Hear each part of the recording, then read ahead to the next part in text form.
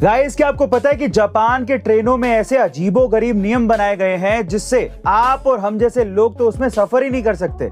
कैसे, मैं आपको बताता हूं। जापान की किसी भी ट्रेन में आप एक दूसरे से बात नहीं कर सकते। यहां तक कि आपको अपने मोबाइल फोन को भी साइलेंट पर रखना पड़ता है ताकि किसी भी पैसेंजर को डिस्टरबेंस ना हो। इसीलिए आपने अक्सर जापानीज मूवी या वेब सीरीज में देखा होगा कि वहां के लोग ट्रेन में बिल्कुल चुपचाप खड़े या बैठे रहते हैं। इतना ही नहीं, जापान की मेट्रो ट्रेन में तो आप खाना भी नहीं खा सकते, यानी कि खाना खाने पर भी बैन लगा हुआ है। यानी कि ट्रेन में सिर्फ पीने का पानी अलाउड है और वो भी खुद की वाटर बोतल होनी चाहिए। गाइस, अब आप ये सोचिए कि ऐसे अजीबोगरीब नियम अगर हम पे लागू हो जाएं तो शायद हम इंडियंस ट्रेन में सफर ही ना करें। आपको इन सब नियमों के बारे में सुन के कैसा लगा कमेंट सेक्शन में जरूर लिखिएगा, और क्या आप इन नियमों को मानेंगे ये भी बताइएगा। ऐसे अमेजिंग वीडियोस के लिए शेयर, सब्सक्राइब एंड लाइक। मिलते हैं अगली वीडियो में।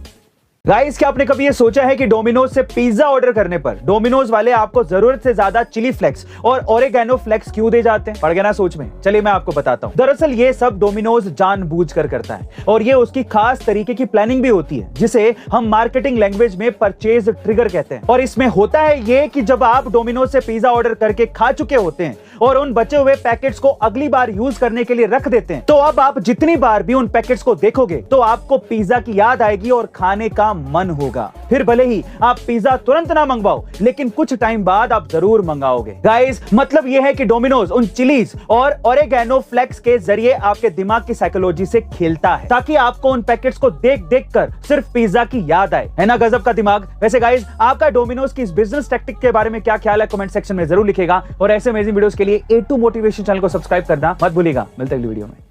गाइस, क्या आपको पता है कि आपके फ्रिज में रखा हुआ पीनट बटर मात्र खाने की ब्रेड को स्वादिष्ट बनाने के लिए नहीं होता, बल्कि इससे आप डायमंड भी बना सकते हो। जी हां गाइस, पीनट बटर में इतना ज्यादा मात्रा में कार्बन पाया जाता है कि वैज्ञानिक इससे हीरा बना सकते हैं।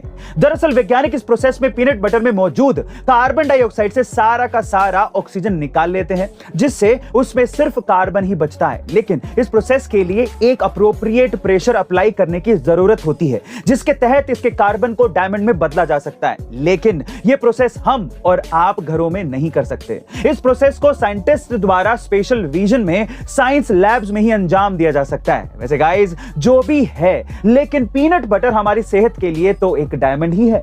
वैसे आप नाश्ते में पीनट बटर खाते हैं या नहीं कमेंट सेक्शन में जरूर लिखिएगा, और ऐसे अमेजिंग वीडियोस के लिए A2 मोटिवेशन चैनल को सब्सक्राइब करना मत भूलिएगा। मिलते हैं अगली वीडियो में। गाइस, साउथ के मशहूर डायरेक्टर मणिरत्नम की फिल्म PS1 यानी कि पोनियन सेल्वन 1 ने बॉक्स ऑफिस पर धमाल मचा दिया है। जी हां गाइस, चोल साम्राज्य के इतिहास पर बनी यह फिल्म रिलीज होने के साथ ही बॉक्स ऑफिस पर धमाकेदार प्रदर्शन कर रही है। लेकिन अब दूसरे वीकेंड में तो इस फिल्म ने KGF 2 और रजनीकांत स्टारर रोबोट 2 जैसी बड़ी फिल्मों को पीछे छोड़ दिया है और सिर्फ इंडिया में ही 200 करोड़ से भी ज्यादा की कमाई कर ली है। वहीं अमेरिका और यूके के बॉक्स ऑफिस पर PS1 ने कई बड़ी इंडियन फिल्मों के रिकॉर्ड भी तोड़ दिए हैं और वर्ल्ड वाइड 400 करोड़ रुपए से भी ज्यादा की कमाई कर ली है। दरअसल इस फिल्म के बारे में शुरू से ही कहा जा रहा है कि मणिरत्नम की यह film popular web series game throne से कम नहीं है। वहीं इस फिल्म में RRR की तरह बॉलीवुड का तड़का भी लगाया गया है, जिसमें ऐश्वर्या रॉय बच्चन का शानदार अभिनय और अजय देवगन की दमदार आवाज शामिल है। वहीं एक्टर विक्रम, कार्ति जायन रवि और त्रिशा कृष्णन जैसे कई बड़े साउथ स्टार ने अपनी एक्टिंग से इस फिल्म को सुपर से ऊपर बना दिया है। वैसे गाइस, क्या आपने अभी तक PS1 देखी है? और अगर नहीं तो जाइए फटाफट देख के आइए, और ऐसे अमेजिंग वीडियोस के लिए A2 मोटिवेशन चैनल को सब्सक्राइब करना मत भूलिएगा। मिलता है अगली वीडियो में। गाइस, इंडिया के प्राइवेट स्कूलों के बच्चों को जब कोई टीचर ABCD सिखाता है तो A for apple, B for ball, C for cat और D फॉर डॉगी सिखाता है। लेकिन जब आप भारत के गुरुकुल के किसी विद्यार्थी से मिलते हैं तो वहां पर ABCD कुछ इस तरह से सिखाई जाती है। जरा देखिए। अर्जुन। जी हाँ गाइस, जिसमें A का मतलब अर्जुना, B का मतलब बलराम, C का मतलब चाणक्य, D का मतलब दामोदर, E का मतलब एकलव्य, F का मतलब होता है 4 वेदास और G का मतलब होता है गायत्री।